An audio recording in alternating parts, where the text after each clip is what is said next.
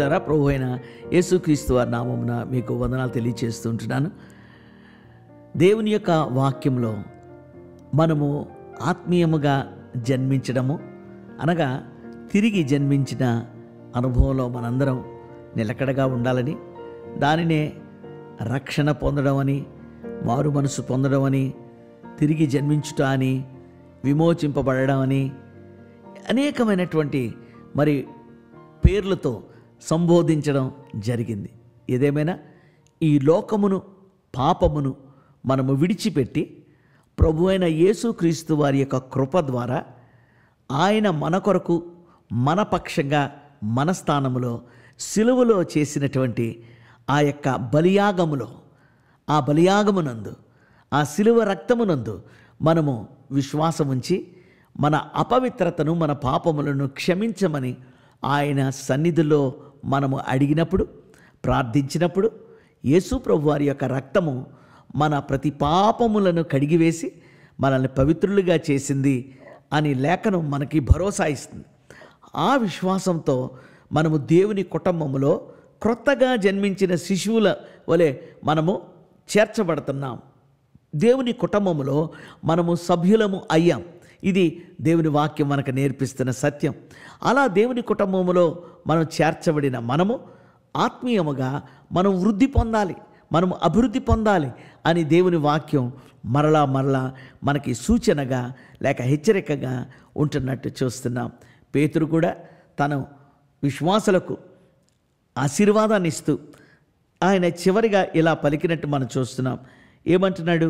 మన ప్రభువును రక్షకుడునైన యేసుక్రీస్తు అనుగ్రహించు కృపయందును జ్ఞానమందును అభివృద్ధి పొందుడి. మీరు అభివృద్ధి పొందాలి, ఆయన కృపయందు అభివృద్ధి పొందాలి, ఆయన జ్ఞానమందు మీరు అభివృద్ధి పొందాలి. మన ప్రభువును, మన రక్షకుడు అయిన యేసుక్రీస్తు వారు వీటన్నిటినీ అనుగ్రహిస్తారు మీకు. మీరు అలాగూ డెవలప్ అవ్వండి, మీరు అలాగ వృద్ధి పొందండి. కనుక spiritual growth is a must for every believer. మనము రక్షింపబడి అలాగే శిశువుగా ఉండిపోవడం అది దేవుని ఉద్దేశం కాదు. కానీ మనము బలవంతులమై ఎదగవలసిన వారముగా ఉన్నాము, దేవుని కొరకు జీవించవలసిన వారంగా ఉన్నాం. అయితే మన స్పిరిచువల్ గ్రోత్ ఎలా ఉంటుంది? మన ఆధ్యాత్మిక ఎదుగుదల, అభివృద్ధి, పరిపక్వత ఏ రీతిగా ఉంటుంది? మన అవగాహన దేవుని యొక్క విషయాల్లో ఎలా ఉంటుంది? మనమే బేరీజు వేసుకోవాల్సినటువంటి వారమై ఉంటున్నాం. Spiritual growth is something like this. It is climbing higher in holiness. పరిశుద్ధతలో దినదినము ఒక చెట్టెక్కినట్టుగా ఎగబాకవలసిన అవసరత ఉన్నది.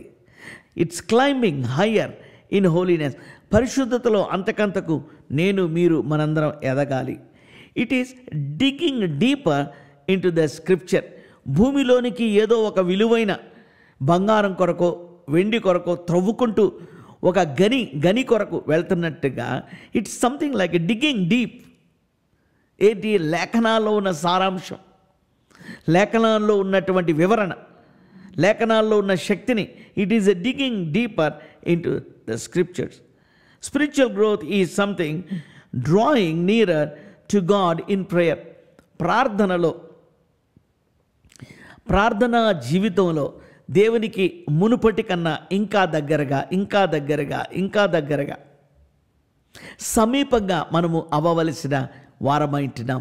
అలాగూ మనము ప్రార్థనలో ప్రభువుకు సమీపంగా ఆయన ముఖదర్శనం చేసుకోవడానికి మరి మనము ప్రార్థనలో ఎదగవలసిన వారమైనాం. It is walking software in behaviour. మన యొక్క అనుదిన జీవితంలో, మన ప్రవర్తనలో, మన జీవిత విధానములో మనము ప్రభువు వలె మృదువుగాను, సాత్వికులముగాను, మెత్తగాను, జాలి కలిగిన వారుగా, కనికరము కలిగిన వారుగా, మన కఠిన స్థితి నుండి, మన దౌర్జన్య ప్రవర్తన నుండి, మనము త్వరగా కోపపడేటటువంటి ఆ యొక్క షార్ట్ టెంపర్డ్నెస్ నుండి మనము మోల్డ్ చేయబడుతూ ప్రభువు వలె మరి దగ్గరగా రావడం. It is walking softer in behaviour. It is opening hands wider in accepting. మనము అలాగూ ప్రభువులో ముందుకు వెళ్తుంటుండగా మనము అవసరతలో ఉన్న వారికి, మరి ఆ యొక్క మరి శ్రమలలో ఉన్న వారికి మనము, లేక ఇతరులను మన యొక్క కుటుంబ సభ్యులుగాను, లేకపోతే ఇతరులను మనకు దగ్గర వారుగాను ప్రేమించడానికి మనము ఇతరుల కొరకు చేతులు చాపడం, ఇతరుల కొరకు ఆహ్వానాన్ని పలకడం. It's opening hands wider in accepting. ఎవరిని రిజెక్ట్ చేయకుండా యాక్సెప్ట్ చేసే అంత హయ్యర్ స్టాండర్డ్స్ కలిగి ఉండడం. It's working harder in work of God. దేవుని పనిలో ఇంతకుముందు కొంచెం కష్టపడ్డాం, ఇంకొంచెం ఎక్కువ కష్టపడడానికి, ఇంకెక్కువ కష్టపడడానికి, ఇంకా రాను రాను రాను రాను మనం ప్రభు కోసం సమర్పించుకోవడానికి ఇష్టపడడమే ఆత్మీయమైన అభివృద్ధి.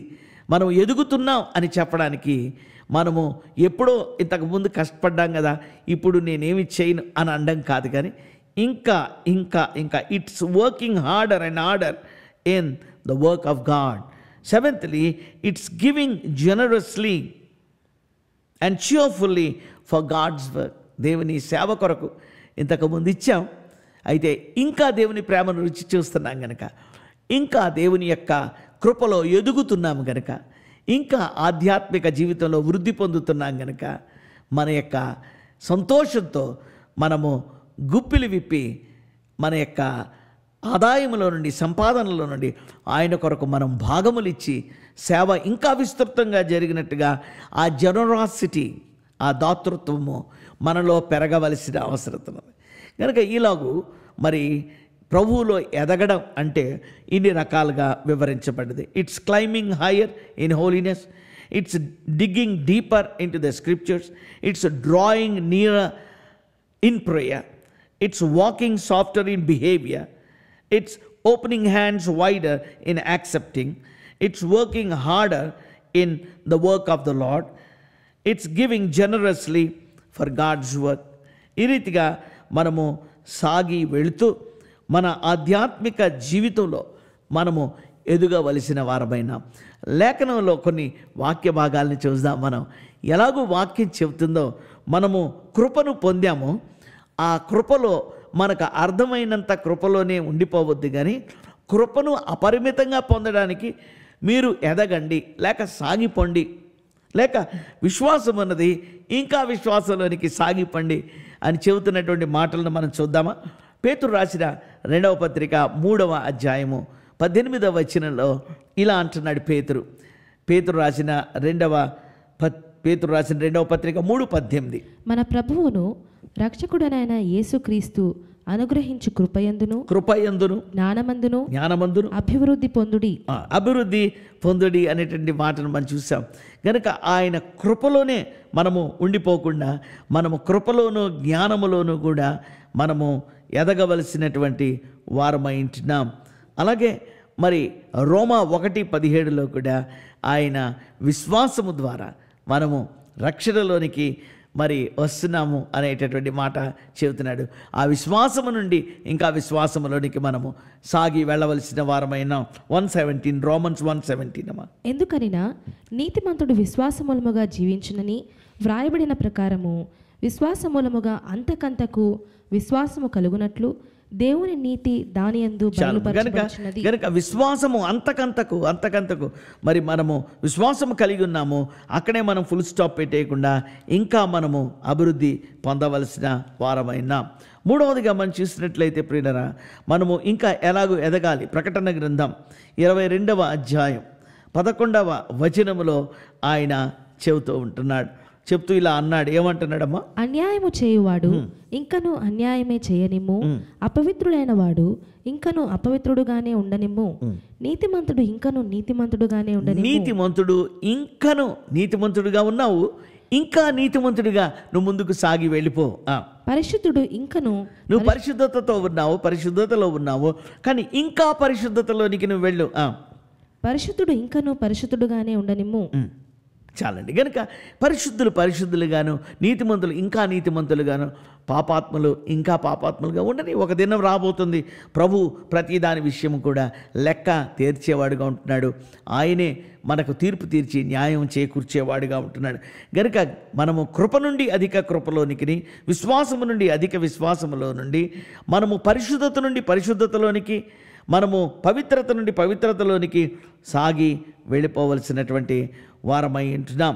అలాగే మనము ప్రేమయందు కూడా వృద్ధి పొందవలసినటువంటి వారమై ఉన్నాం. ఎఫెసీ 3:18 కూడా మరి మాట మనం చూద్దాం. ఎఫెసీలు రాసిన పత్రిక 3వ అధ్యాయము 18వ వచనం అండి. ప్రేమయందు వేరుపారి స్థిరపడి సమస్త పరిశుద్ధులతో కూడా దాని వెడల్పు చూసారండి. ఆ ప్రేమ యొక్క వెడల్పు, లోతు, పొడుగు, లోతు, ఎత్తు ఎంతో గ్రహించుకొనుటకు చాలండి. కనుక దేవుని యొక్క ప్రేమలో మీరు వేరు పారిన వారే. దేవుని ప్రేమ మీలో ప్రవహించింది. దేవునికి స్తోత్రం. ఆ ప్రేమ యందు మనం నిలిచి ఉన్నాము. అయితే అక్కడితోనే ఆగిపోకుండా మనం ఎదగమని చెబుతున్నాడు. ఆ వేరు ఇంకా ఎదగాలి, ఆ వేరు ఇంకా అధికంగా విస్తరించాలి. మీరు ఆ ప్రేమ యొక్క పొడుగు, వెడల్పు, ఎత్తు, లోతు ఎంతో మీరు తెలుసుకోవాలి. ఎంత గొప్ప విషయం. కనుక ఆధ్యాత్మిక జీవితంలో మనం ఎదుగుట అనేటటువంటిది దేవుని యొక్క వాక్య ప్రబోధం. మనము ఆధ్యాత్మిక జీవితంలో విజయాలు పొందుతున్నాము. అయితే ఇంకా ముందుకు వెళ్ళమని దేవుని వాక్యం చెప్తుంది. రోమా 8:37 చూద్దాం.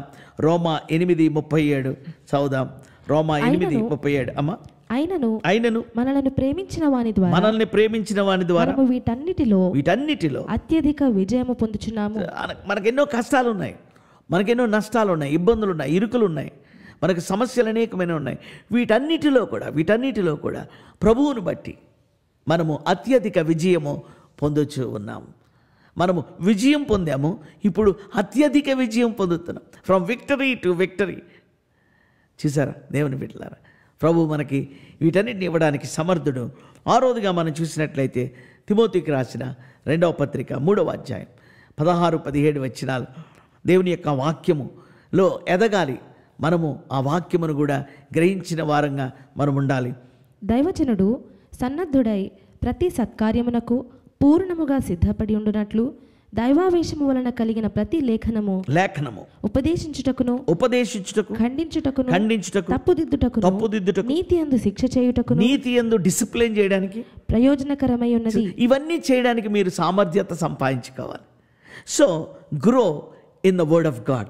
దేవుని వాక్యాన్ని చదవడం, అర్థం చేసుకోవడం, నేర్చుకోవడంలో మీరు శ్రద్ధ వహించండి. Grow in Bible knowledge. కనుక దేవుని యొక్క ఆ దైవావేశం వలన కలిగిన ఆ లేఖనం మీకు ఇవ్వబడ్డది కనుక ఇవన్నీ మీరు చేయడానికి సమర్థులుగా ఉన్నట్లుగా ఎదగండి. ప్రార్థనా జీవితంలో కూడా మొదటి యోహాను పత్రిక 5వ అధ్యాయం 14వ వచనం. We must grow in our prayer life. ఆయనను బట్టి మనకు కలిగిన ధైర్యం ఏంటంటే ఆయన చిత్తానుసారముగా, ఆయన ఇష్ట ప్రకారము మనం ఏది అడిగినను, మనం ఆయనకి ఏది మనవి చేసినా, ఏది ప్రార్థన చేసినా ఆయన మన మనవి ఆలకించునన్నదియే. ఆయన వింటాడు. ఎందుకంటే ఆయన చిత్తానుసారంగా మనం అడుగుతున్నాం, ఆయనకు ఇష్టానుసారంగా మనం అడుగుతున్నాం, ఆయన యొక్క వాక్యానుసారంగా అడుగుతున్నాం. కనుక తప్పక ఆయన మనకు దయచేస్తాడు. విశ్వసించండి అని ప్రార్థనా జీవితం గురించి ఆయన ప్రోత్సహిస్తూ ఉంటున్నాడు. అలాగే ప్రభును స్తుతించి ఆరాధించడం విషయంలో ఎదగండి. ప్రకటన 4:11, ప్రకటన గ్రంథం 4వ అధ్యాయం 11వ వచనంలో we must grow even in our worship, in our praise. ఆ 24 పెద్దలు సింహాసనమందు ఆసీనుడై ఉండు వాని ఎదుట సాగిలపడి యుగయుగములు జీవించుచున్న వానికి నమస్కారము చేయుచు ప్రభువా మా దేవా, నీవు సమస్తమును సృష్టించితివి, నీ చిత్తమును బట్టి అవి ఉండెను, దానిని బట్టి సృష్టింపబడెను గనుక నీవే మహిమ ఘనత ప్రభావములు పొందనర్హుడవని చెప్పుచు తమ కిరీటములను ఆ సింహాసనం ఎదుట వేశారు. చూడండి, వాళ్ళు ప్రభువును స్తుతించేవాళ్లే, ఆల్రెడీ ప్రభువును ఆరాధించేవాళ్లే, ప్రభు సన్నిధిలో ఆయన్ని మహింపరిచేవాళ్లే. అందుకే ప్రభు వారిని హెచ్చించాడు. అందుకే వారిని సింహాసనాల మీద కూర్చోబెట్టాడు, అందుకే వారికి కిరీటాలు ధరింపచేశాడు, అందుకే వారిని ఆ మహిమలో ఉంచాడు. అయినప్పటికీ ఆ గొర్రెపిల్ల సన్నిధిలో, ఆ దేవుని సన్నిధిలో వారు సింహాసనాల మీద కూర్చోలేకపోయారు, కిరీటాలు పెట్టుకుని అలాగే ఉండిపోలేకపోయారు. కానీ వారు సమస్త మహిమ ఘనతకు నీవు పాత్రుడో ప్రభు అని ఆయన సన్నిధిలో సాగిలపడి ఆయన వారి యొక్క కిరీటాలు ఆయన సన్నిధిలో వేసి ఆయనను స్తుతిస్తున్నారు, ఆయనను ఆరాధిస్తున్నారు. కనుక మనం ఇంతవరకు కొంత ఆరాధించాం, కొంత దేవుని స్తుతించాం. అయితే ఇంకా ఆయన్ని మహిమపరచవలసిన అవసరం ఉంది, ఆరాధించవలసిన అవసరత ఉన్నది. మనం ఆయనను మరి స్తుతించి ఆరాధించే బిడ్డలుగా ప్రభు మనల్ని మార్చునుగాక. అలాగే మన పరిశుద్ధ జీవితం విషయంలో, పవిత్రత విషయంలో ఇంకా పవిత్రులుగా అవ్వాలి. మీరు చూడండి, పరిశుద్ధ ఆత్మ ద్వారా మనకు కలిగేటటువంటి ఆ వైఖరి లేకపోతే ఆ క్యారెక్టర్. గలతీయులకు రాసిన పత్రిక 5:22 అయితే ఆత్మఫలమేమనగా, అయితే ఆత్మఫలం ఏంటంటే ప్రేమ, సంతోషము, సమాధానం, దీర్ఘశాంతం, దయాళుత్వం, మంచితనం, విశ్వాసము, సాత్వికము, ఆశా నిగ్రహము. చూసారండి, గనుక పరిశుద్ధాత్మ ద్వారా మీరు ఎదగాలి, ఫలించాలి. మీలో నుండి వచ్చే ఫలంలో క్యారెక్టర్ ఏంటంటే, ఆ ఫలభరితమైనటువంటి జీవితంలో ఉండే గుణలక్షణాలు ఏమిటంటే ఈ 9 చెబుతున్నాడు. నిజమే, ఒక మనిషి లేక ఒక విశ్వాసి, ఒక క్రైస్తవుడు తన జీవిత కాలమంతా కూడా వీటిని అనుసరించడానికి ప్రయత్నం చేస్తున్నా ఇంకా మనము వాటిని సంపూర్ణము చేయలేము. కనుక మనము ఎదగవలసిన వారమైనా, మనము పరిశుద్ధతలో మనము ఫలాన్ని ఫలించవలసిన వారమైంటున్నాం. 10వదిగా చూసినట్లయితే మన యొక్క తగ్గింపు ఎలా ఉండాలి దేవుని వాక్యం చెప్తుంది. ఆ తగ్గింపులో కూడా మనం ముందుకు సాగి వెళ్ళాలి. హెబ్రీయులకు రాసిన పత్రిక 5వ అధ్యాయం 8వ వచనం. హెబ్రీయులకు రాసిన పత్రిక 5వ అధ్యాయము 8వ వచనంలో ఆయన కుమారుడయుండియు, చూడండి, యేసుక్రీస్తు ప్రభువారిని గురించి చెప్తున్న మాట, ఆయన కుమారుడయుండియు తాను పొందిన శ్రమల వలన, ఆయన ఎన్నో శ్రమలు పొందాడు, విధేయతను నేర్చుకొనెను. ఆయన దేవుని కుమారుడే ఒక ఎగ్జాంపుల్ సెట్ చేశాడు, ఒక మాదిరిని మీ ముందు ఉంచి వెళ్ళాడు. ఆయన విధేయత నేర్చుకున్నాడు. తాను శ్రమల వలన వెళ్ళినప్పుడు, కష్టముల గుండా వెళ్ళినప్పుడు, కొట్టబడినప్పుడు, ఏడవబడినప్పుడు నీవు, నేను, మనం ఇంకెంత విధేయులంగా ఉండాలి దేవుని వాక్యానికి, మన రక్షకుడు మన ప్రభువుకు, అలాగే సంఘ అధికారానికి, లేక మనము ఒక ఉద్యోగంలో ఉంటే మన పై అధికారులకు విధేయతతో దేవుని మహింపరచాలి. 11వదిగా చూసినట్లయితే రోమీయులకు రాసిన పత్రిక 12వ అధ్యాయం 18వ వచనం నుండి కొన్ని మాటలు చదువుదాం. శక్యమైతే మీ చేతనైనంత మట్టుకు సమస్త మనుషులతో సమాధానముగా అందరితో సమాధానంగా ఉండండి. ప్రియులారా, మీకు మీరే పగ తీర్చుకొనక, మీరు పగ తీర్చుకోవద్దు, దేవుని ఉగ్రతకు చోటియుడి. పగ తీర్చుట నా పని, నేనే ప్రతిఫలమునిత్తును అని ప్రభు చెప్పుచున్నాడని వ్రాయబడి ఉన్నది. కాబట్టి నీ శత్రువు ఆకలిగొని ఉంటే, మీ శత్రువులు ఒకవేళ శత్రువులే మీ ముందుకు వచ్చారు, వాళ్ళు ఆకలిగొని ఉన్నారని తెలిసింది, వాళ్ళు ఆకలిగొని ఉంటే అతనికి భోజనము పెట్టుము, భోజనం పెట్టండి. దప్పిగొని ఉంటే దాహమిమ్ము. అలాగు చేయుట వలన, అలాగు నువ్వు చేయడం వలన అతని తల మీద నిప్పులు కుప్పగా పోయిదువు. గనుక నువ్వు అలాగు చేయాలి. చేసినప్పుడు ఆయన తల మీద నిప్పులు కుప్పలుగా పోసిన వాడు అవుతావు. అంటే నీ మంచితనం చేత, నీ ప్రేమ చేత, నీవు కీడు చేత జయించడం కాదు, కానీ మేలు చేత కీడును జయించాలని ఫర్గివ్నెస్ గురించి ఆయన మనల్ని ప్రోత్సహిస్తున్నాడు. క్షమాపణ, ఇతరులను క్షమించే విధానం, సమాధానపడడం విషయం. మన హృదయంలో కోపము, ద్వేషం ఎప్పుడు ఉంచేసుకోకూడదు. తాత్కాలికంగా ఆ సమయంలో ఘర్షణ పడినప్పుడు, కోప్పడినప్పుడు కలిగి ఉండొచ్చు, కానీ సూర్యుడు అస్తమించేలోగా మన యొక్క కోపాలు, తాపాలు అన్నీ కూడా అణిచివేయబడి మళ్ళీ సమాధానాన్ని వెతకాలి, శాంతిని వెతకాలి. ఆ యొక్క ఫర్గివ్నెస్, అవసరమైతే క్షమాపణ చెప్పే బిడ్డలంగా మనం ఉండాలి. చివరిగా ప్రియులారా, యాకోబు పత్రిక 1:19, యాకోబు పత్రిక 1:19 ఈ విషయంలో కూడా మనం ఎదుగుదాము. నా ప్రియ సహోదరులారా, మీరు ఈ సంగతి ఎరుగుదురు గనుక ప్రతి మనుష్యుడు వినుటకు వేగిరపడువాడును, మాట్లాడుటకు నిదానించువాడును, కోపించుటకు నిదానించువాడునై ఉండవలెను. కనుక త్వరగా కోపపడి, షార్ట్ టెంపర్డ్నెస్, కొంతమందికి అంటారు ముక్కు మీద ఈయన కోపం ఉంటుంది అని. కనుక అలా ఏదో ప్రతి చిన్నదానికి కోపపడి అరిచి కేకలు వేయడం అది ఒక జీవన శైలిగా మనం చేసుకోకూడదు. కోపపడుడి అన్నాడు, కానీ పాపం చేయకండి అన్నాడు. కనుక కోపం వస్తుంది సహజంగా, మనము ఈ లోకంలో రక్త మాంసాల్లో ఉన్నాము, కానీ అది మన జీవన శైలి కాకూడదు. ఇదే యాకోబు పత్రికలోనే 5:10 కూడా చదువుదాం, 5:10, 11 కూడా చదువుదాం ముగింపులో. నా సహోదరులారా ప్రభు నామమున బోధించిన ప్రవక్తలను శ్రమానుభవమునకును ఓపికకును మాదిరిగా పెట్టుకొనుడి. ప్రవక్తలను చూడండి, వారిని శ్రమానుభవమునకును వాళ్ళ ఓపిక సహనాన్ని మాదిరిగా మీరు పెట్టుకోండి. సహించిన వారిని ధన్యులనుకొనుచున్నాము కదా, మీరు యోబు యొక్క సహనమును గూర్చి వింటిరి. యోబు యొక్క సహనమును గూర్చి మీరు విన్నారు. ఆయన ఎంతో జాలి కనికరము గలవాడని మీరు తెలుసుకొని ఉన్నారు. చూసారండి, కనికరము గలవాడని మీరు తెలుసుకొని ఉన్నారు.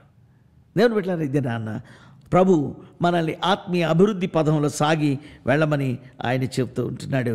మరి కృప నుండి కృపలోనికి ఎదగమంటున్నాడు, విశ్వాసము నుండి విశ్వాసమునకు ఎదగమంటున్నాడు, నీతియుక్తమైన జీవితం కోరుకోమంటున్నాడు. అలాగే మరి ప్రేమలో కూడా ఆయన మనల్ని వేరుపారమంటున్నాడు. మరి అలాగే జయ జీవితాన్ని జీవించమంటున్నాడు. వీటన్నిటిలో అత్యధిక విజయం పొందాలి అంటున్నాడు. అలాగే ప్రియులారా, మనము వాక్యపు లోతుల్లోనికి ఎదగవలసిన వారమైంటున్నాము. ప్రార్థనా జీవితంలో దేవుని సమీపించవలసిన వారమైంటున్నాము. ఆరాధనలో మన కిరీటములను తీసివేయనంతగా, సాగిలపడినంతగా ఆయనను ఆరాధించడం నేర్చుకోవాలి. పరిశుద్ధతలో ఆత్మఫలమును ఫలించినంతగా మనము ఎదగాలి. అలాగే ఇన్ ఒబీడియన్స్, విధేయతలో మనము నేర్చుకోవాలి. క్షమించడం విషయంలో మనము శత్రువు ఆకలిగా ఉన్నప్పుడు భోజనం పెట్టే మనసు కలిగి ఉండాలి. దేవుడు నాకు మీకు మనందరికీ దయచేయను కాక. అలాగే సహనం విషయంలో యోబు యొక్క సహనాన్ని మీరు విన్నారు కదా అంటున్నాడు. కనుక దేవుని బిడ్డలారా, grace, faith, righteousness, love, victory and Bible meditation, prayer life, worship, holiness, obedience, forgiveness and patience. ఇంకా ఎన్నో ఉన్నాయి వాక్యాలు, కొన్నిటిని మాత్రమే మనం చూసాం. ఎంతో డిఫికల్ట్ కదా. Unless and until every day we walk with him, ప్రభుతో నడిస్తే తప్ప ఇవన్నీ కూడా సాధ్యం కాదు. మనం ఏదో ప్రభువు నమ్ముకున్నాం, ఏదో వస్తాం చర్చికి పోతాం అంటే కాదు. దేవుని బిడ్డలారా, ఆయన స్వారూప్యములోనికి మనము ఎదుగుతూ మీరు వీటిని కల్టివేట్ చేసుకోవడానికి ప్రభువే తన కృపను మనకు చూపించునుగాక. దేవుడు మిమ్మను ఆశీర్వదించునుగాక. ప్రార్థన. ప్రభువా, ఎన్నో మాటలు మేము చదివాం.